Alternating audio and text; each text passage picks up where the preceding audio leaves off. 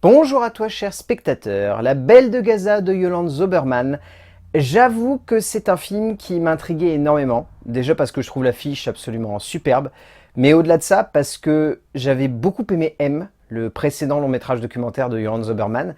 et j'avoue que du coup j'avais hâte de voir quel nouveau portrait elle allait nous offrir, parce que ces portraits sont souvent très forts, très politiques, mais surtout très ancrés dans les mœurs et dans l'évolution de la société. Donc rien que pour ça, j'avais très envie de voir ce que La Belle de Gaza pouvait donner. Le résumé pour faire simple, il y a 3 ans, la cinéaste Yolande Zoberman était partie à Tel Aviv rencontrer un groupe de jeunes femmes trans dans les rues de la ville. Elle y revient et cherche à retrouver l'une d'entre elles, une jeune femme ayant fait la route à pied entre Gaza et Tel Aviv. La cinéaste ne perd rien de sa superbe pour réussir à dresser des portraits d'êtres humains terriblement attachants et surtout qui, malgré les obstacles de la vie et malgré la difficulté des sociétés dans lesquelles ils évoluent, parviennent tout de même à accomplir ce qu'on peut appeler des miracles. La Belle de Gaza est un documentaire qui touche énormément par de nombreux aspects, que ce soit au niveau de la mise en scène, de l'immersion, du ressenti qu'on a de la globalité en fait de ce que Yolande Zoberman nous offre. Ce qui est assez fascinant, c'est que d'un point de vue technique, le film est d'une simplicité immense, cherchant la radicalité plus que l'esthétisation en fait de l'instant. Et dans ces aspects-là qui peuvent sembler très anecdotiques, je trouve que la cinéaste parvient à toucher à quelque chose qui est vraiment de l'ordre du brut. On n'est pas dans un moment de cinéma qui va vouloir surtravailler un petit peu son concept ou faire en sorte que son esthétique soit aussi marquante que le message qui est portrayé au sein de son long métrage. Non, l'objectif c'est surtout en fait de tout miser sur des portraits, sur des êtres humains qui sont tellement forts, tellement impactants, tellement touchants, tellement évocateurs, tellement sensibles, qu'en les montrant, en leur laissant de l'espace, en leur offrant l'opportunité de s'exprimer et d'évoluer face à la caméra, c'est là finalement qu'on va réussir à créer du cinéma. Et ça peut sembler très anecdotique, mais Dieu sait qu'il y a beaucoup de documentaristes qui tombent tellement dans le sensationnel que voir quelqu'un revenir à quelque chose d'aussi primaire, d'aussi sensible et d'aussi simple, ça fait du bien. Et ça rappelle à quel point le documentaire, ça n'est pas forcément que un bon réalisateur,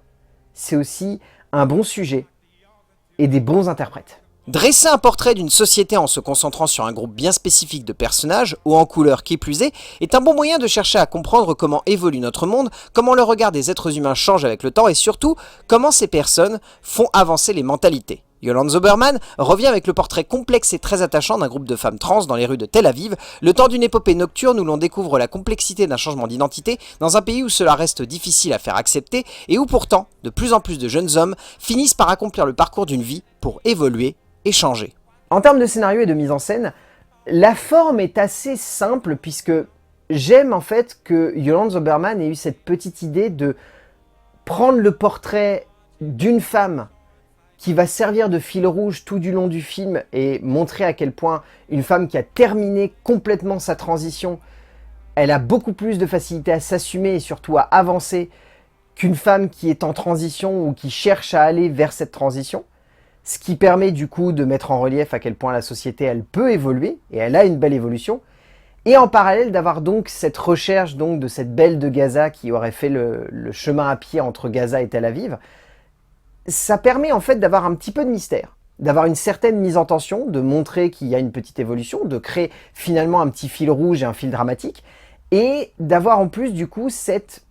question identitaire qui est pleinement mise en avant sur le fait que lorsqu'on a fini son chemin et lorsque l'on est finalement ce qu'on avait envie d'être dès le début, et ben c'est à ce moment-là finalement qu'on commence à vivre. Et je trouve que mettre en parallèle ces deux aspects de vie, mettre en parallèle ces deux militantismes qui sont finalement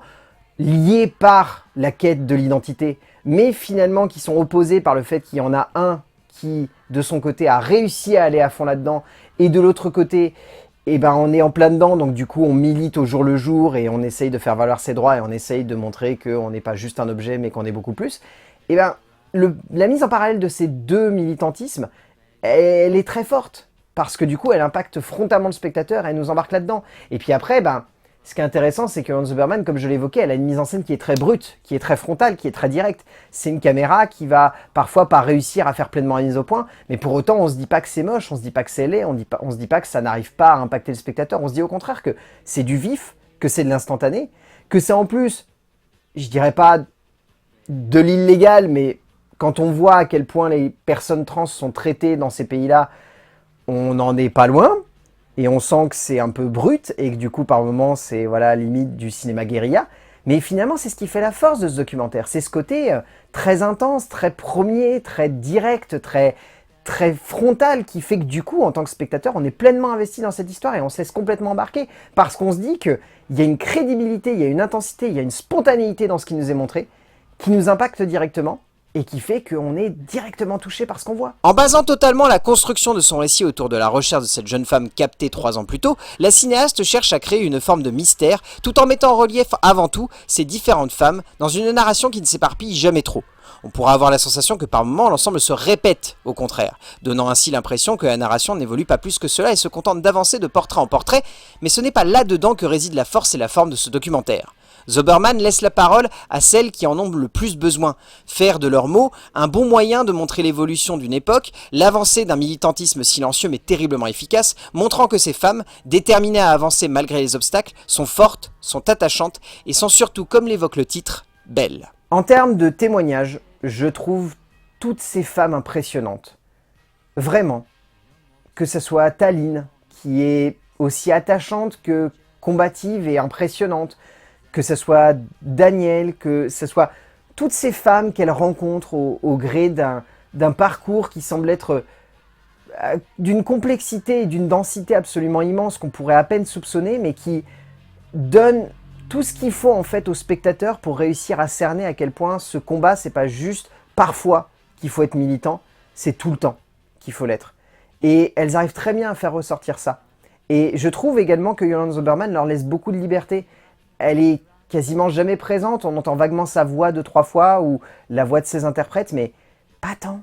Elle est très absente pour justement leur laisser toute la place et c'est la beauté, je trouve, de ces témoignages. C'est qu'ils ont une liberté d'expression, mais qui est absolument totale. Les témoignages de ces femmes absolument uniques et attachantes sont bouleversants, apportant un regard terriblement profond et surtout politique sur la condition trans dans un pays où cela est encore très mal vu. Au bout du compte, La Belle de Gaza, c'est vraiment un beau documentaire. C'est un film qui parle avec beaucoup de tripes, avec beaucoup d'intensité, avec beaucoup de justesse. C'est un film qui parle d'un sujet d'actualité, mais pas que. C'est un film qui parle de choses très universelles, du combat pour son identité personnelle, du combat pour ses convictions, pour ce qu'on est profondément, pour ce qu'on a envie d'être et qu'on essaye d'accomplir. Enfin, c'est un film qui parle avec beaucoup de beauté d'êtres humains qui sont un peu cassés par la vie, par leur quotidien, par une chose qui leur manque et qui cherchent juste à avancer. C'est très beau comme film, c'est vraiment très beau. Je vous conseille d'aller voir La Belle de Gaza de Yolande Zoberman. C'est un film qui est terriblement touchant, terriblement attachant et je pense que vous n'allez pas ressortir indemne des portraits de ces femmes qui sont d'une sincérité à toute épreuve. A plus.